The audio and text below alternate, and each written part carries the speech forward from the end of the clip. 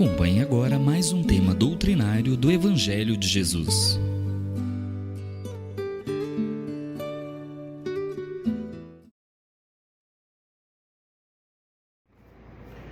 Queridos irmãos, vamos nesse instante, momento de reflexão, rogar a presença da espiritualidade amiga para que nos assista nessa reflexão que faremos acerca do tema o sacrifício mais agradável a Deus, que se acha inserido no capítulo 10, bem-aventurados os que são misericordiosos, do Evangelho segundo o Espiritismo. Consta do tema, a abertura do tema, o item 7 do capítulo, uma citação de Mateus, capítulo 5, versículos 23 e 24, nos seguintes termos: Se, portanto, quando fordes depor vossa oferenda no altar, vos lembrardes de que o vosso irmão tem qualquer coisa contra vós, deixai a vossa dádiva junto ao altar e ide antes reconciliar-vos com vosso irmão. Depois, então, voltai a oferecê-la.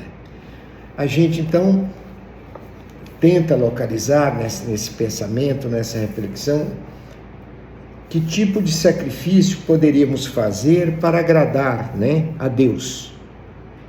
Ou seja, que esforço um cristão deve fazer, um cristão espírita deve fazer para alcançar um ponto de equilíbrio para esse reencontro com o Criador. E essa passagem ela é importante. A gente vê aqui que o Evangelho, através de Jesus dá uma importância singular à consciência livre, dizendo o seguinte: olha, se você, e era comum naquele tempo, as ofertas serem levadas ao templo, para as dádivas, as doações eram levadas, entregavam-se aos sacerdotes que depositavam no altar. Mas o que Jesus nos pede é o seguinte: antes que assim façamos, que examinemos a nossa consciência e se detectarmos que tem alguém, que age contra nós, que tem alguma restrição contra nós, de inimizade, de ódio, que possamos nós restabelecer um vínculo com essa pessoa, celebrando o perdão recíproco, se for o caso, para aí sim, de consciência livre, irmos fazer a oferta no altar, ou a oferta a Deus. Então, qual a pedra de toque dessa passagem? É a oportunidade de nos reconciliarmos com os nossos inimigos para que cheguemos até o Criador. E essa passagem ela é importante porque a gente, conhecendo lá o decálogo, amar a Deus sobre todas as coisas e ao próximo como a ti mesmo, se eu não tenho cuidado de manter uma paz, um amor com o meu semelhante, qual sentido tem eu buscar essa relação com Deus? Se aquele que eu vejo, com quem eu convivo, eu hostilizo ou sou hostilizado porque é uma mágoa e um ressentimento no íntimo desse companheiro, por que a iniciativa de buscar a Deus se eu não sou capaz de restabelecer uma convivência harmoniosa no plano material? Então, esse é o desafio, Porque é importante que busquemos a presença de Deus, mas para fazê-lo é importante que abramos mão desses ressentimentos. E ressentimento, nós sabemos, é algo que é comum na nossa vida. A gente habita um planeta de provas e expiações, e na linguagem de Joana de Ângeles, na obra O Ser Consciente, psicografia de Divaldo Franco, diz ela: a convivência humana é feita por meio de episódios conflitivos, por falta de maturação geral que favoreça o entendimento e a transação psicológica em termos de bem-estar para todos os parceiros. Então, nesta obra, ela diz assim: habitando o planeta de provas e expiações, as nossas relações são naturalmente conflitantes e a gente experimenta isso no dia a dia, seja no seio da família, do trabalho, no meio social que nós frequentamos. Temos sempre uma reserva mental em desfavor de alguém e certamente ocorre de alguém não nos querer tão bem. Então, o convite que o Evangelho nos faz é que, antes de buscarmos, ou para buscarmos a presença de Deus no nosso íntimo, essa pacificação íntima que nos conecta com o Criador, nós temos que primeiro pacificar nossas relações interpessoais. Tirar do nosso íntimo aqueles sentimentos tóxicos que muitas vezes até comprometem a nossa saúde física e emocional. Quantas enfermidades psicossomáticas a gente contrai porque vive em desequilíbrio? A gente perde a harmonia com a natureza e com o Criador e passamos a sofrer dificuldades que atingem o nosso perispírito e nos trazem enfermidades muitas vezes sérias.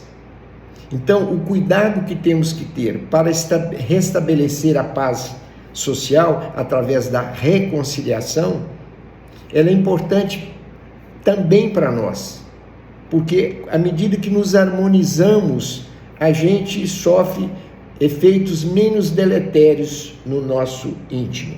E a gente sabe que a reconciliação com o irmão, na concepção desse texto, é mais urgente do que no cristianismo primitivo, se a figura mais urgente do que o culto que a gente celebra nas instituições religiosas.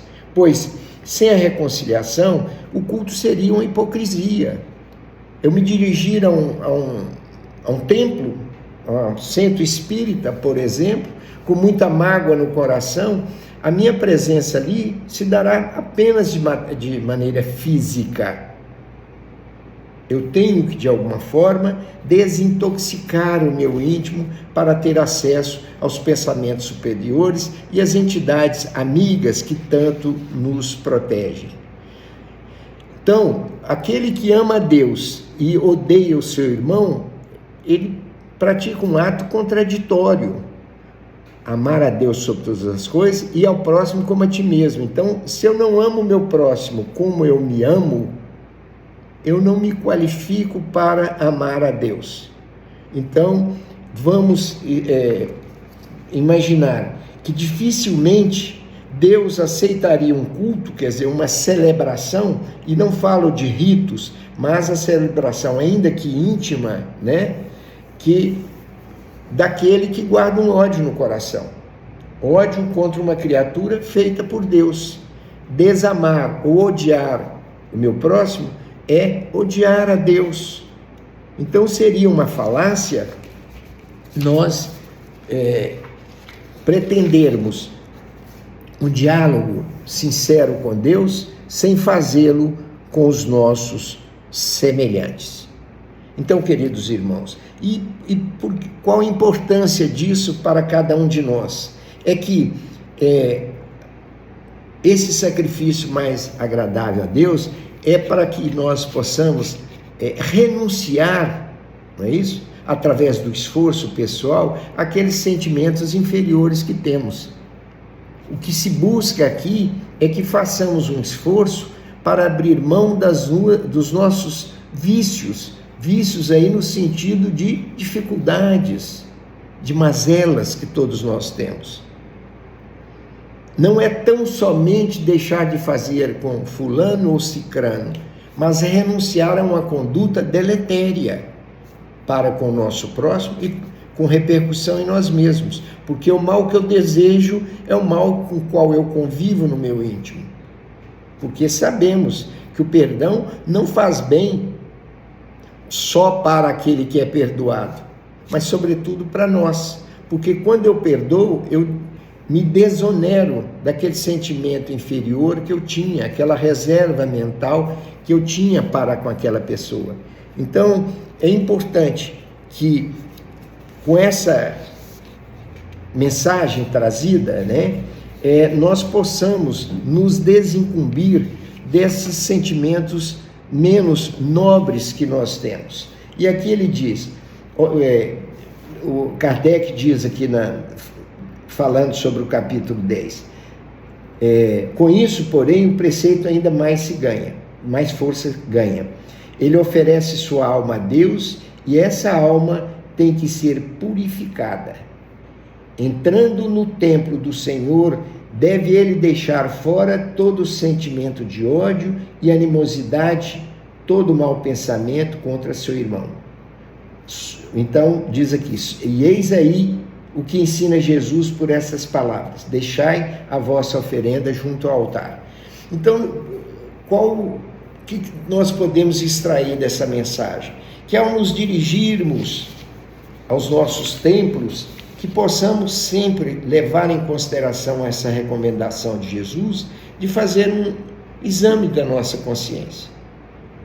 O que eu tenho hoje de pendência para abrir mão, pendência psíquica, para abrir mão e me tornar menos impuro, ou indo além, mais puro, para que eu acesse a divindade, para que eu me sinta efetivamente um filho de Deus.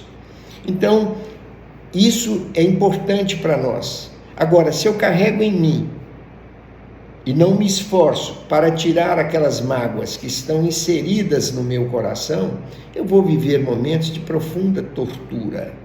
E a gente bem conhece, a gente guarda a mágoa. O que é a mágoa? A mágoa é aquele ressentimento que a gente guarda de uma ofensa. Ela amarga e arraigada lembrança de uma injúria particular, da qual nós desejamos tirar satisfação. Quer dizer, vamos para a desforra. Então, enquanto eu estou magoado, eu estou maltratando o meu íntimo, meu pensamento. E nós sabemos que o pensamento é uma energia que circula entre nós e aqueles com os quais nos relacionamos. Então, se eu vejo uma pessoa com quem eu tenho uma mágoa e não estiver aberto a mão dela, profundamente, precisamente, levarei a ela um pensamento negativo e sofrerei também a consequência disso. Então, essas contrariedades que vivemos, nós temos que conhecer a nossa personalidade e por isso temos que entender a veracidade daquela fala do filósofo. Conheça-te a ti mesmo. O que me atinge na minha relação pessoal? O que me traz? Eu sinto inveja? Eu me omito no cumprimento dos meus deveres?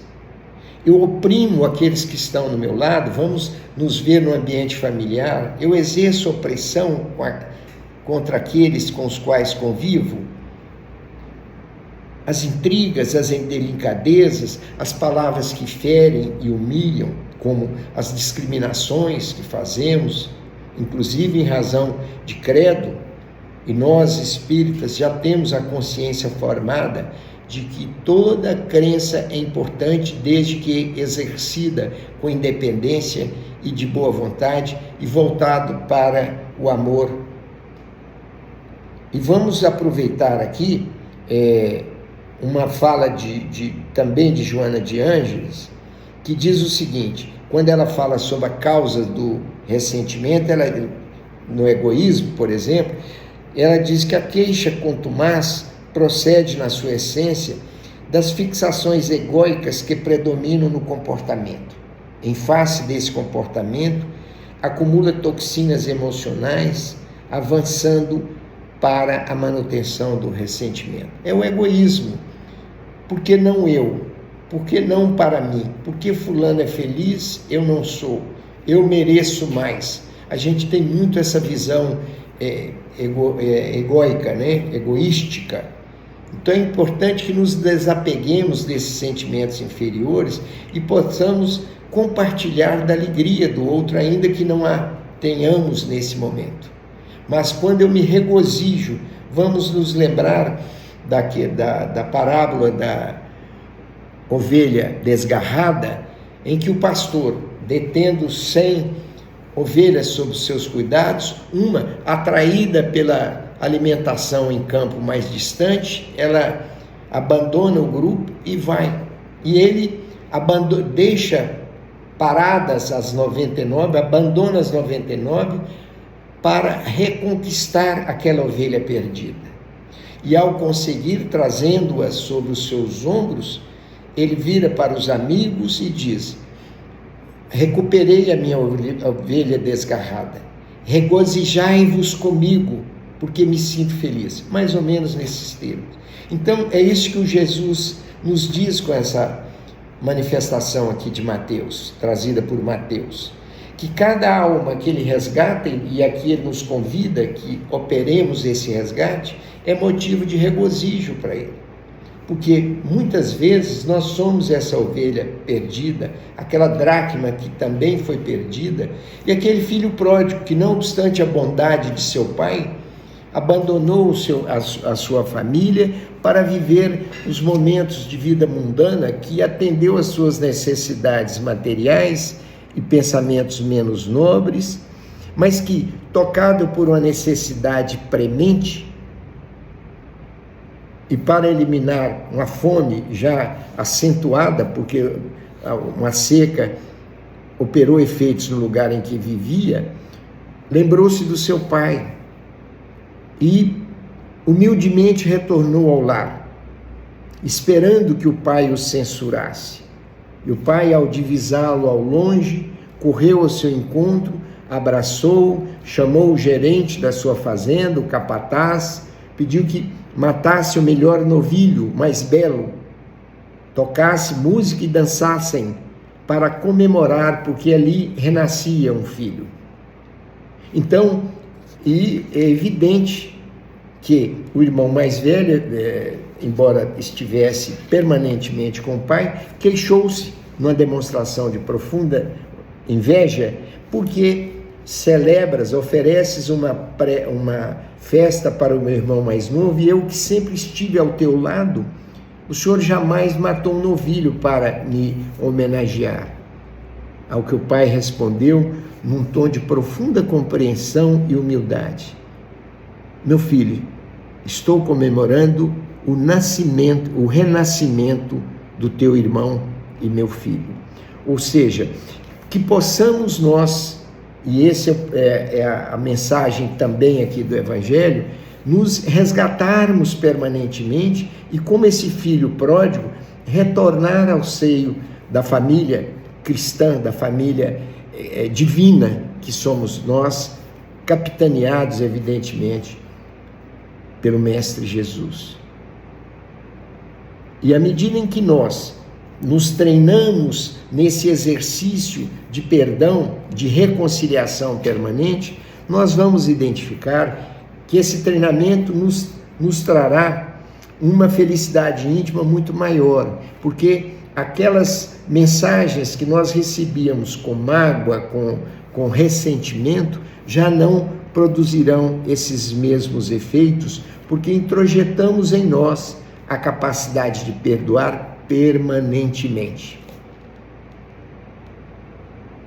E eu costumo dizer que esse evangelho, quando ele penetra os nossos corações, a gente fica mais ou menos imunizado contra determinadas agressões ou menosprezos que os nossos semelhantes praticam em relação a nós. E podemos dizer que esse esforço reiterado nos ajudará na purificação dos nossos sentimentos, que nos elevarão, que nos conduzirão ao Criador. Então, aqui todos esses que a gente chama de esses sentimentos tóxicos, como o melindre, né? A presunção, a indiferença, o preconceito, o desprezo, a vaidade, a inveja, nós temos que abrir mão deles para nos protegermos, porque esse incômodo, né, esse sentimento, ele nos provoca um efeito extremamente severo, nos entristece, nos mina a fé, porque quando eu estou profundamente comprometido com o pensamento negativo, eu deixo de alimentar esse sentimento mais puro que temos, que é a fé em Deus, a fé no Criador. E a hora que a gente percebe, nós não estamos sequer podendo fazer uma oração de coração livre, porque estamos contaminados, intoxicados por pensamentos inferiores, por sentimentos deletérios. Então, em assim agindo, ou seja, buscando a reconciliação com os nossos semelhantes, nós estaremos evitando uma série de sentimentos que nos provocam o mal.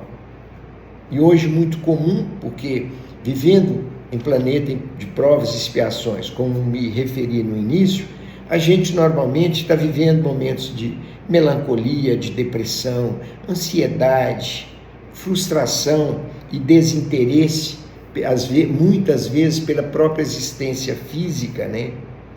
Perdemos a nossa vigilância espiritual e abrimos mão daquela recomendação que o Cristo nos faz no seu Evangelho, do orai e vigiai. Porque à medida que eu suporto ou desenvolvo um pensamento de apego a essas mensagens inferiores, eu me abstraio, né? Eu me ausento dessa convivência com Jesus. E de repente estarei vivendo momentos de profunda dor, porque terei perdido o sentido da minha vida. O sentido da vida de um cristão é o amor incondicional pregado por Cristo. Aquele amor que, não obstante as adversidades que temos, e temos muitas no dia a dia, seremos capazes de superar cada uma delas, porque o nosso foco é o Criador e não o homem que nos agride. Vamos nos desprender desses sentimentos menores e vamos, acima de tudo, buscar uma convivência pacífica, né, para a nossa existência.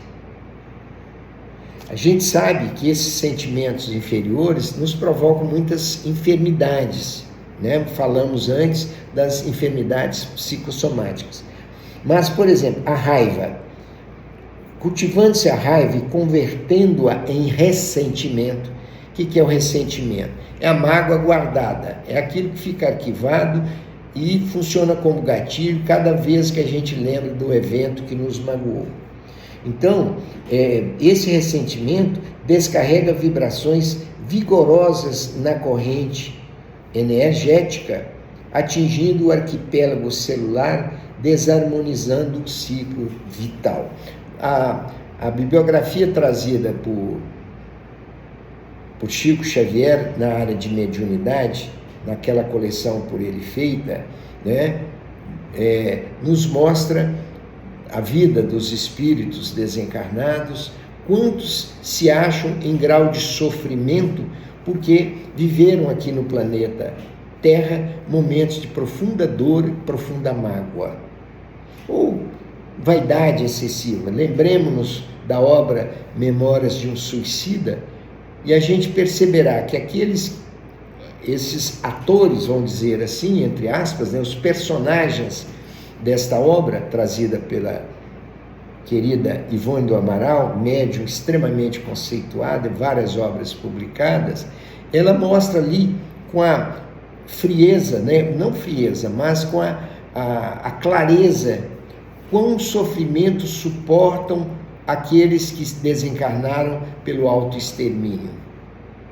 Quantas dores, porque apegados, alguns deles, às vaidades do mundo terreno, ao terem uma perda, abriram mão da própria vida como se outra vida não houvesse. Aliás, só existe uma vida espiritual, mas se outro lado não fosse acontecer. E é por isso que temos que nos preocupar, porque nós seremos, no mundo desencarnado, a projeção ou a continuação do que somos aqui. Então nós temos que estar sempre cultivando o bom pensamento, a boa imagem dos nossos companheiros, para que possamos dar andamento à nossa vida desprendidos dos sentimentos inferiores. E essas mágoas que guardamos, daí a importância de abrir mão delas, ou seguindo a orientação trazida por Mateus, na reconciliar, é para evitar, inclusive, um processo obsessivo. Nós sabemos que quando a dor é profunda, nós não sabemos administrá-las, nós nos tornamos refém daquele personagem que nos provocou a dor. Então, vamos estar atentos, né? E reconciliemos-nos, pois, com os nossos irmãos, e aí sim, nos dirijamos aos templos, levando a nossa dádiva, não só a material, para aquelas instituições que dela precisem para ajudar os nossos semelhantes, mas, sobretudo, a dádiva de amor, porque é o amor que nos integra à constelação divina. Então, esse convite ele é muito importante e sério para que examinemos sempre. Ao adentrarmos um templo, nos perguntar: estou reconciliado com aqueles que eu não amava ou contra os quais eu tinha ressentimento? Se não, façamos isso. Se não fizermos no momento, até o momento da entrada, façamos no dia seguinte. O tempo está na medida do nosso esforço. Então, se não pudermos fazer hoje, façamos amanhã, mas não deixemos de fazer. E o bom espírita, na linguagem trazida por Kardec, se conhece um bom espírita pelo esforço que ele faz para vencer as suas limitações, para vencer as suas más tendências. Não é aquele que tenha uma dificuldade, aquele que tem alguma mazela a ser curada. Ele pode ser um bom espírita, porque ele pode ser considerado, desde que ele se esforce para superar aquilo. Daí a importância do conhecimento, porque na linguagem do Cristo, o conhecimento liberta. E para tanto precisamos estar sempre estudando. O Evangelho segundo o Espiritismo há de ser para nós um livro de cabeceira, porque a palavra de Jesus, em todos os momentos do nosso repouso, naquela oração noturna que é recomendável, noturna e ao amanhecer, que é recomendável que façamos sempre. Portanto, queridos irmãos, com essas palavras simples, mas da profundidade do meu coração, vamos buscar na reconciliação a pacificação das nossas relações sociais, familiares, profissionais. Reconciliemos-nos com aqueles contra os quais temos alguma mágoa.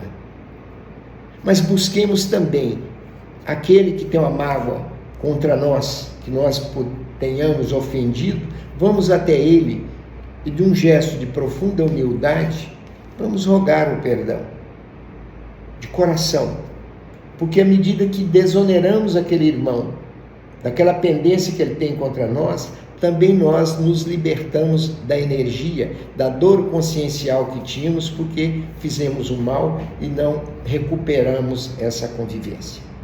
Portanto, o reconciliar é um ato, é uma virtude que temos que desenvolver a cada momento da vida. Que o Cristo possa nos amparar sempre. Que assim seja.